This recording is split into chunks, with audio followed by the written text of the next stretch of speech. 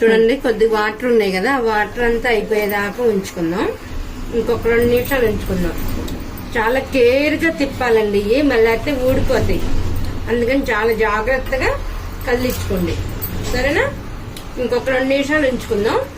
ఈ లోపు పక్కన నీళ్లు పెట్టుకున్నాను, నీళ్లు కాగించుకుందాం. పక్కన నీళ్లు పెట్టుకున్నాను. ఈ నీళ్ళల్లో కొంచెం ఉప్పు వేసుకుందాం, కొంచెం ఇవి వేసుకుందాం. ఈ మిగిలిన పుదీనా కొత్తిమీర వేసేస్తున్నాం. చక్కగా ఫ్లేవర్ వస్తుంది అనమాట. పుదీనా ఫ్లేవరు రైస్ కి మంచిగా పట్టుకుంటుంది అనమాట. కొంచెం ఉప్పు కూడా వేస్తాను.